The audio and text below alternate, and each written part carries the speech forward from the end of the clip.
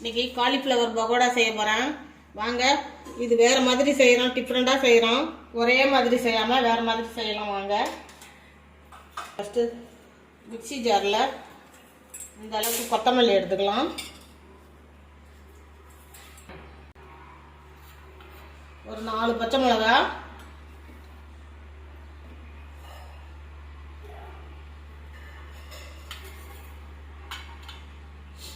ஒரு 5 பல்லு பூண்டு, ஒரு துண்டு இஞ்சி போட்டு அரைச்சிக்கிட்டு வந்துடுவோம். காலிஃப்ளவர் ஒரு 10 நிமிஷம் உப்பு தண்ணியில் போட்டு சுடு தண்ணி போட்டு ஊற வச்சு எடுத்து வச்சுருக்கிறேன். வாங்க, இதை அரைச்சிக்கிட்டு வந்துடலாம். அரைச்சிக்கிட்டு வந்தாச்சு. வாங்க, இதெல்லாம் போட்டுடலாம். ஏற்கனவே காலிஃப்ளவர் பக்கோடா ஒரு தடவை போட்டுருக்கிறேன், அதனால் இது வேறு மாதிரி. இந்த மாதிரி செஞ்சு கொடுத்து பாருங்கள். பசங்கள்லாம் டிஃப்ரெண்ட்டாக இருந்ததுன்னா நல்லா சாப்பிடுவாங்க. கொத்தமல்லி பேஸ்ட்டை ஊற்றிக்கலாம். ஒரு 2 ஸ்பூன் கடலை மாவு,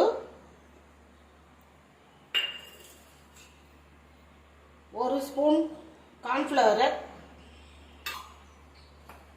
ஒரு ஸ்பூன் மைதா மாவு,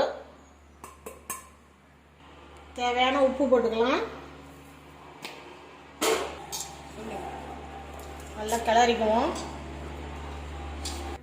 எண்ணெய் ஊற்றிக்கலாம். எண்ணெய் நல்லா காயட்டும். எண்ணெய் காஞ்சிடுத்து ஒன்றா போட்டு பொரிச்சிக்கலாம்.